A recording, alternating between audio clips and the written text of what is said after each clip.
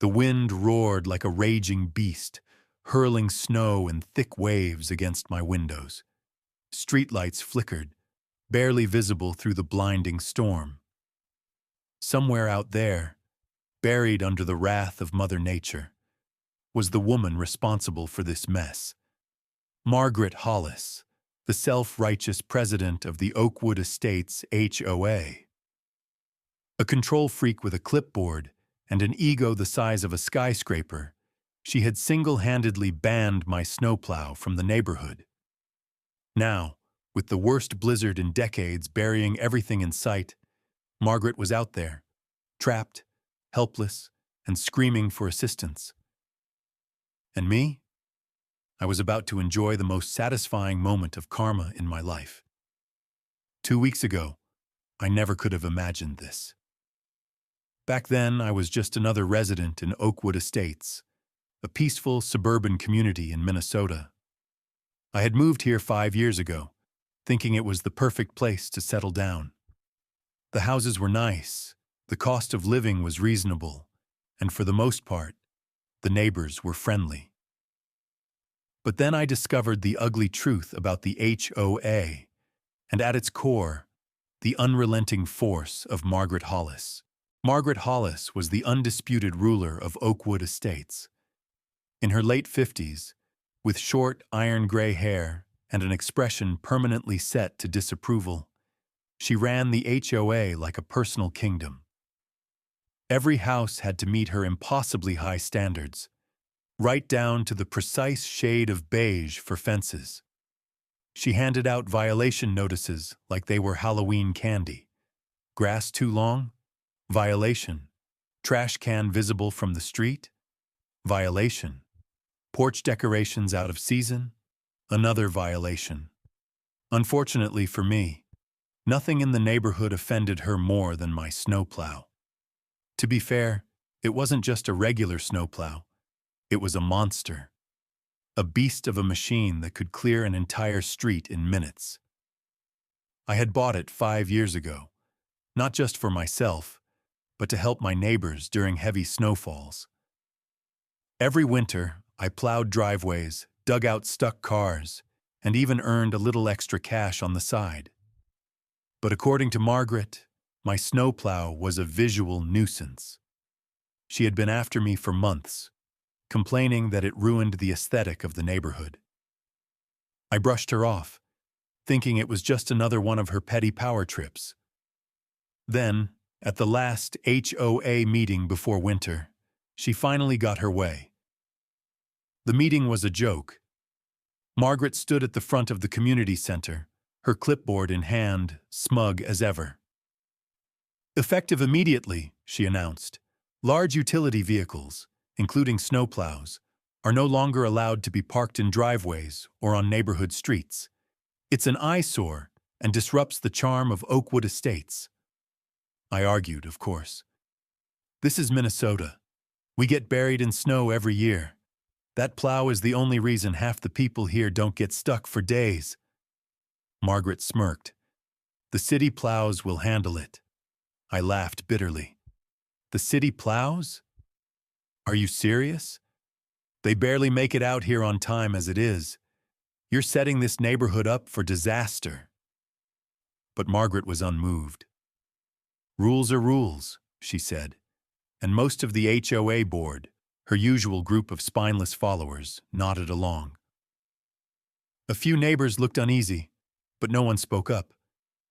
I clenched my fists. Fine, I said. But don't come crying to me when you realize how big of a mistake this is. Margaret actually laughed. Oh, please, a little snow never hurt anyone. That little snow turned into the storm of the century. 2 weeks later, a blizzard hit with a vengeance.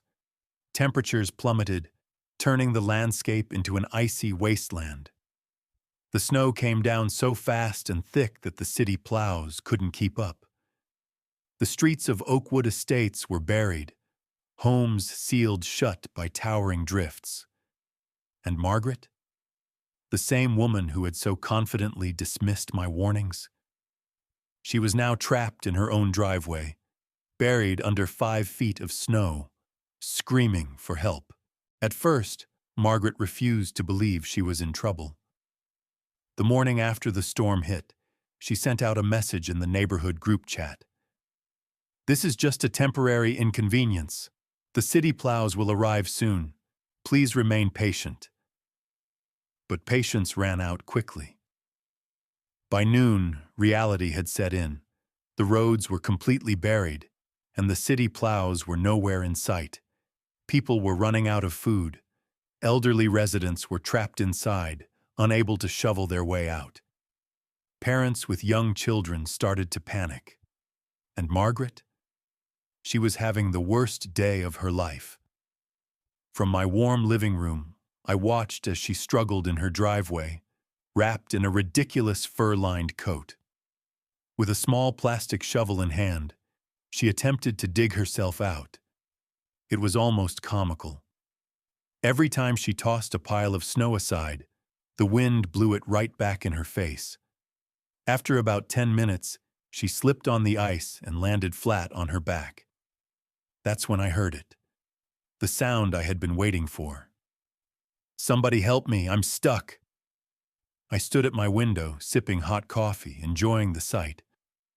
Margaret, the self-proclaimed queen of the HOA, was now a shivering, desperate mess. Then, my phone started buzzing. One message after another filled the group chat. Neighbors were begging me to fire up my snowplow. "Jake, can you clear the roads? My dad needs his heart medication. I have 2 kids and no food left. Please help." I took another sip of coffee, then typed out a single response. I thought snowplows were against the rules. The chat exploded. Some people begged me to ignore the ban. Others, clearly enjoying the situation, flooded the chat with laughing emojis. And then, Margaret saw it. She whipped around, looking directly at my house. Even through the snow, I could see the fury in her face. She stomped toward my driveway, only to sink knee-deep in snow, stuck yet again. I smiled and waved. The storm had only just begun, but the real show was about to start. Margaret's screams faded into the howling wind. She wasn't just cold, she was terrified. The blizzard showed no signs of slowing down. With the temperature dropping fast, stepping outside for too long without proper gear could be dangerous. The chat messages grew more frantic. People weren't just annoyed anymore. They were scared. One neighbor, an older man named Mr. Patterson, needed his medication. A young mother named Emily had no way to get baby formula for her newborn. Others had lost power and were struggling to stay warm. But the real kicker? The city plows still hadn't come. Then, for the first time since the storm started, Margaret sent a message in the chat. "I officially request that Jake clear the roads for the safety of our community." I burst out laughing. Margaret's message sat there in the group chat, like an awkward silence in a crowded room. I let it linger. People started responding immediately. Some begged me to help, their desperation obvious. Others, clearly reveling in Margaret's downfall, flooded the chat with laughing emojis. Then, a message from my neighbor Dave popped up.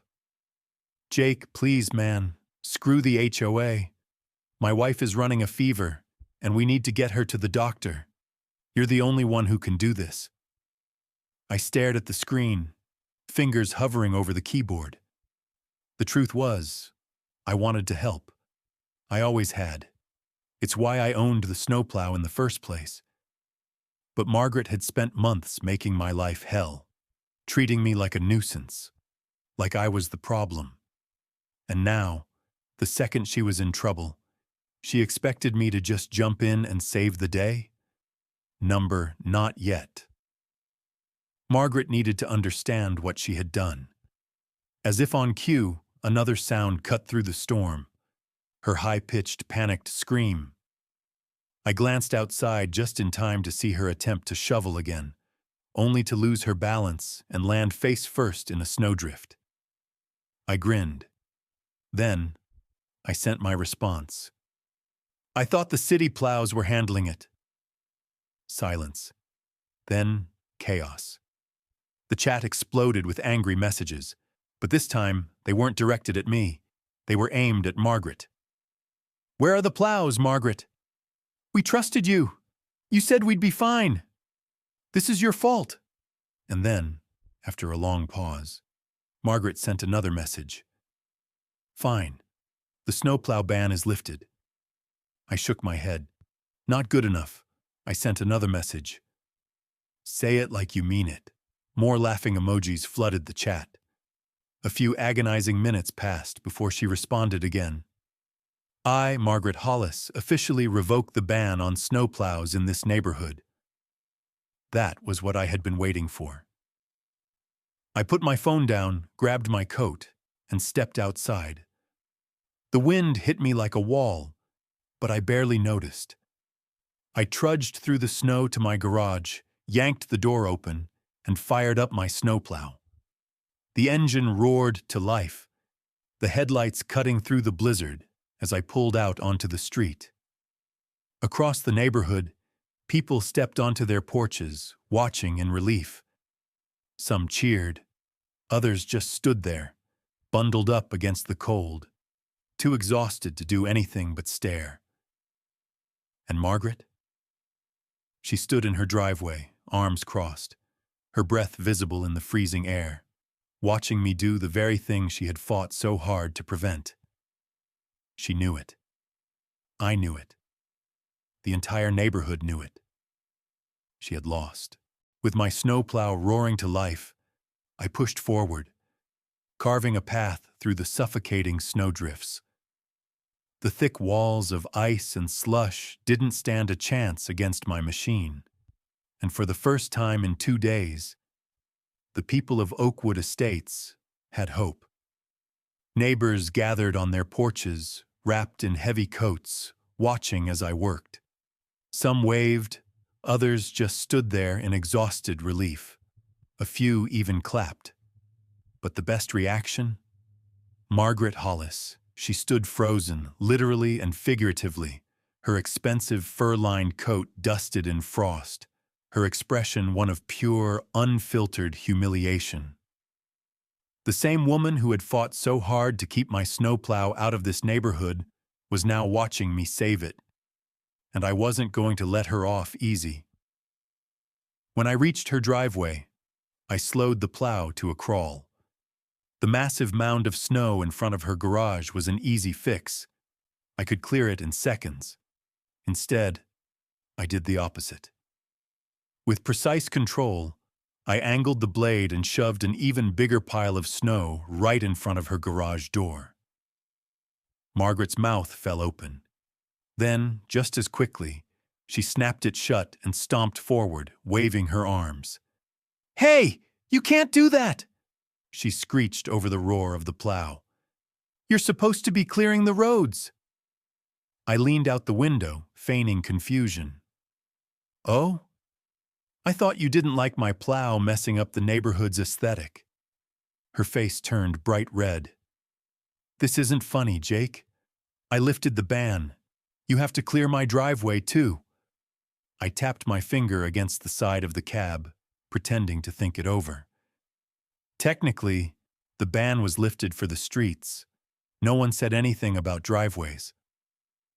The group chat exploded with laughing emojis. Margaret gritted her teeth so hard I thought they might shatter.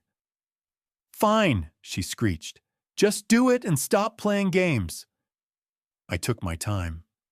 I could have cleared her driveway in under a minute, but instead I dragged it out, maneuvering the plow slowly, deliberately.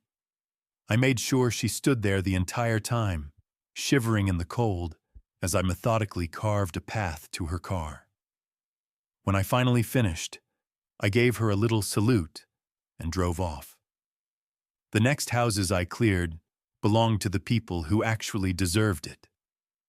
Mr. Patterson got his driveway plowed first so he could get to the pharmacy for his heart medication. Then I carved a path for Emily, making sure she had a clear route to drive out and buy baby formula for her newborn. By the time I was done, the worst of the crisis was over. The neighborhood was free. And Margaret?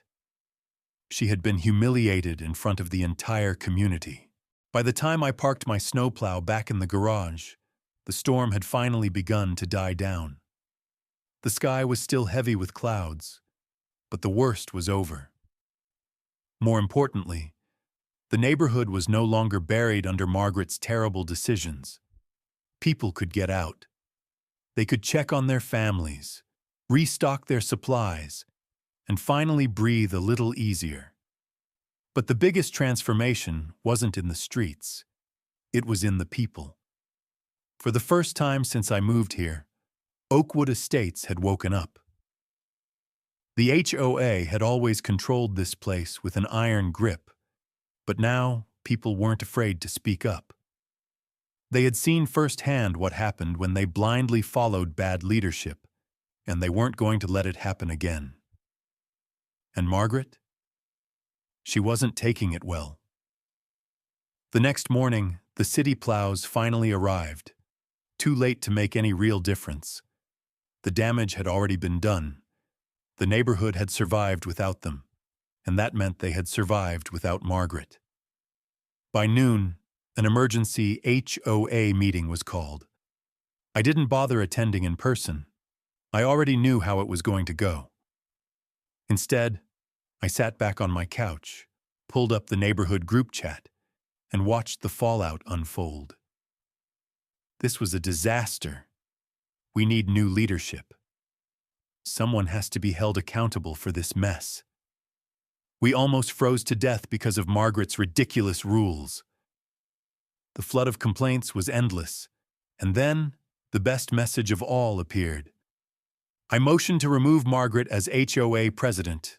I grinned. More messages followed. Seconded. Thirded.